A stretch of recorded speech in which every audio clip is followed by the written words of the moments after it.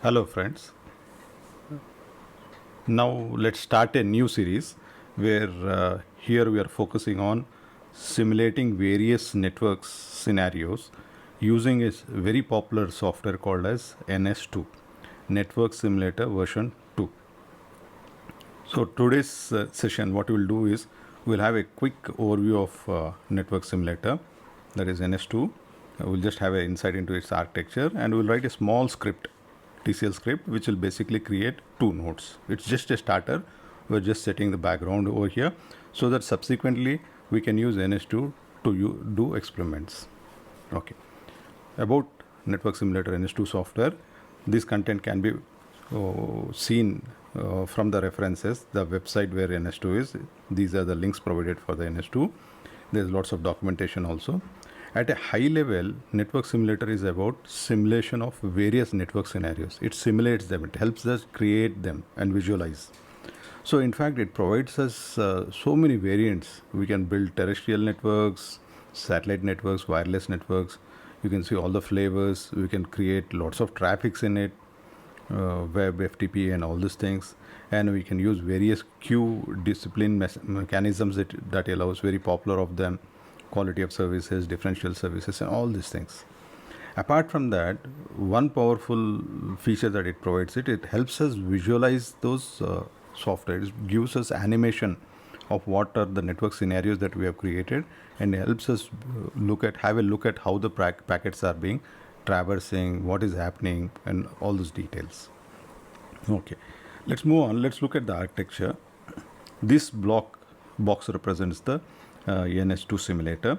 In fact, it has lots of libraries, C++ libraries in it, and it has a very powerful executable shell. It has a shell through which we can give our inputs. We write our inputs, network scenarios in TCL files. We give this file to the shell, NS2 shell, and the shell by just invoking NS. And this script that we wrote, according to the instructions here, the C++ objects for various components are created. For example, nodes are created, then you have, say, the transport layer, TCP or UDP being created, then various parameters of those transport layers, various applications can be created. So basically, whatever you have mentioned in the script, the network scenario is said, how they are linked, nodes are linked, all those things are given to the executable. Executable creates those objects, it runs them, simulates them, and it gives the output file as results. Results as basically two files. So two files, one is the NAM file, another is the trace file. In fact, all the network scenario that we specified are executed by the NS shell, and two files are given out. So let's quickly note down the name. For example, let's say we wrote instructions. We are doing experiment 1 now. Let's call it as experiment 01 dot. We'll have to create a TCL file. We have to write all the scripts in TCL, and then we give it to NS. So we are invoking at a command prompt. Let's say it's indicated by $. Let's say then we invoke NS, and then give the experiment 01 dot TCL. This is how we are giving the script that we wrote to the shell, NS shell. And NS will generate two files. For example, it will generate x01 dot NAM file, which will have the animation details in it, and then another file, experiment 01 dot TR file, which will have the details of the packet statistics in it. And then it provides us another utility to visualize called as NAM. We invoke this NAM command, and we give this file, basically experiment 01 dot NAM file, to it as the input, which will bring up a GUI and play the animation for us, the network scenario that we have built. So first is we create the TCL file. Second is we give the TCL file to the network simulator shell, and then once the outputs have successfully come, we do this third command to visualize it.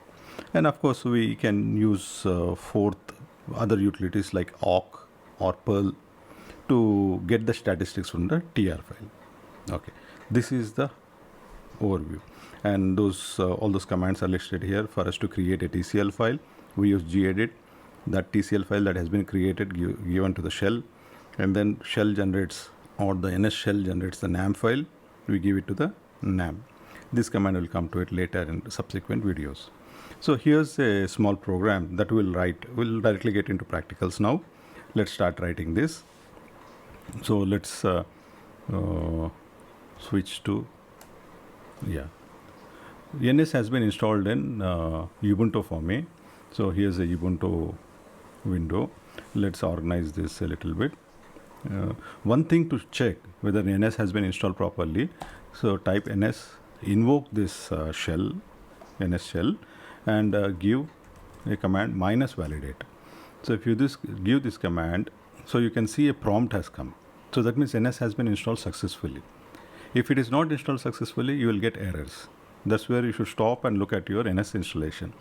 Maybe in another video, based on the need, I can also take you through installation of NS. But at this point, we are assuming that NS has been installed in the Ubuntu. Okay, we came out from the shell, NS shell, and then now we need to, let's say we need to create our first script in a file called as experiment01.tcl. And you can see I'm using the gedit editor, and I have put ampersand just to make sure that my terminal will be free even after the editor is opened. Yes, we have an editor open now. So let's also have let's move to a side. I'll try to move this to a side. Okay, I moved it to the side, and this is the program that we need to write. So this also I'll move it to a side. Yes, we have moved it to a side. Now let's in fact, this is not overlapping. This should not overlap. So let me move it here, or this will be overlapping. So what I'll do is probably I'll make it smaller so that it's visible, and we type. So I'm taking it to a corner. Yeah, it's visible for me, but I'm still typing all those things. Hopefully it should be visible for you also. So what I have done is we have opened a TCL file. Now let's first these open square brackets, close square brackets are the expression basically that will be executed by the shell. So right now what am I saying? I'm saying that create a new simulator object. Sorry, I should not use we are creating a new simulator object, and this new simulator object will set it into a variable called as NS. This is equivalent to saying NS is equal to new simulator. Now we have a variable called as NS, which is holding the new simulator object. Next thing is let's say create trace files where the output should be stored. So let's open a file called as experiment01. We want the traces to be saved in experiment01.tr. We're opening it in write mode, and we have saved it in a file called as trace file, or file handle called as trace file. Then with this handle, we are invoking the network simulator NS, and the function in it saying call the trace all function in the NS simulator.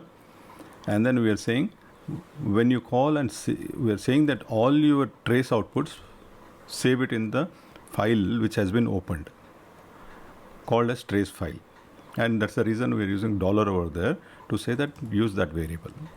Then again we'll have to open another NAM file. So let's say NAM file handle. We create a NAM file handle. We say open experiment01.nam. Open it in the write mode, and then again we say NS simulator, that all the NAM traces, all of them should be saved in a file called as NAM file that we just created in the line above, that is the 6th line. Okay, at this point what you should do is when we are writing the script, we should make sure that we are not having any syntax errors, and this is compilable. So we have written few statements. Let's go back to the terminal and then just make sure that what we have written, NS is able to understand it. We do a ls here, list all the files. We can see that there is one experiment01.tcl. So invoke ns shell and give it to, and give the TCL file to it. I hit enter. Good. So NS has executed properly. It understands the commands that you have written in TCL. That's why we don't see any errors. In fact, if you see do ls now, you can see that the two files that we created, experiment01.tr and .nam, has been created and listed here. Good. So let's come back. So the general suggestion is that whenever we write any commands in the TCL script, don't wait till the end. So whatever statements you keep writing, keep compiling it, just to make sure that if you have syntax errors, we can catch it at the same place. Okay. So then finally what we do, okay, we have created files. So let's write a small procedure which is equivalent to the function that we know to close all these files, all the closing activities. So we have written a procedure is the keyword, finish is the name of the procedure, and then we are bringing the ns variable, trace file variable, and the name file variable that were defined outside the function into the scope of the function. So that's the reason we use global. Then we say call ns simulator, then say flush all the trace activities that you are doing. Because we will be calling this function towards the end, that's the reason we are flushing it. Then we want to close the files that we created, trace file. We also want to close, it's a good habit to close all the files that will be created in our programs, so that nothing has been left loose. Then we say exit 0.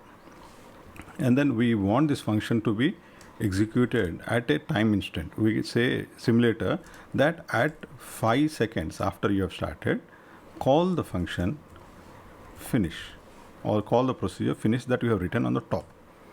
And towards the end, what are we saying? We are saying start the network simulator. That is ns.run. Good. But with this, what we have done is we haven't defined what, in fact, this is just the body of the whole program. Every program, every TCL script that we write should have this body. Start off, have the trace files, then towards the end, have a function to close all the files, call that function. Good. So we have this body in place, we save it. Now let's create some nodes, because our first objective is about, our first experiment is about creating just two nodes and linking them.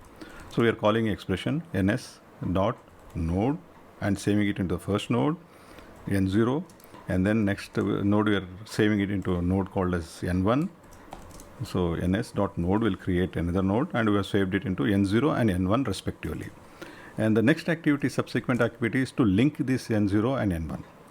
So let's say ns call nx. Let's say we want to create a duplex link.